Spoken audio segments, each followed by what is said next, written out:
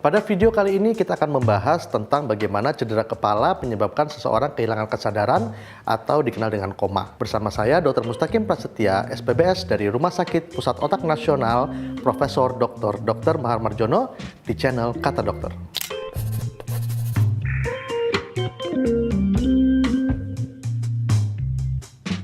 Berbicara tentang kesadaran, maka ada dua aspek yang terlibat. Satu adalah terjaga atau wakefulness, dan kedua adalah waspada, arousal atau awareness. Kedua aspek itu diatur oleh dua fungsi saraf yang berbeda. Terjaga diatur oleh batang otak dan inti dalam dari otak, sedangkan kewaspadaan diatur oleh otak besar. Koma dapat terjadi pada seseorang disebabkan adanya trauma eksternal atau ruda paksa yang kemudian menyebabkan kerusakan baik itu sementara ataupun permanen pada batang otak dan inti dalam dari otak.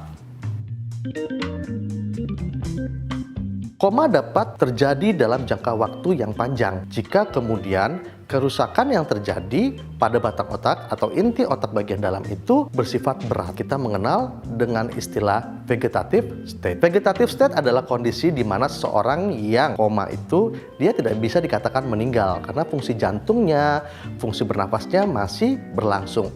Tetapi pasien tidak terjaga apalagi melakukan kontak dengan dunia eksternal atau waspada.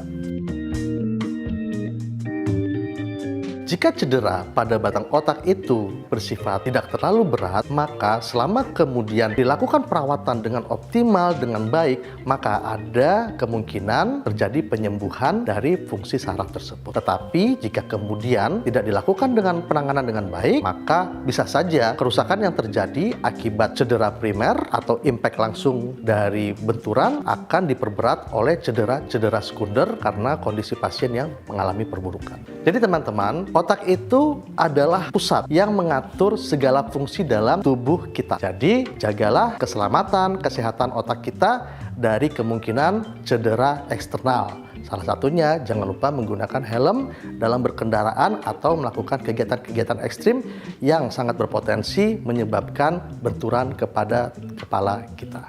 Sekian pembahasan cedera kepala hingga koma. Sampai jumpa pada pembahasan berikutnya.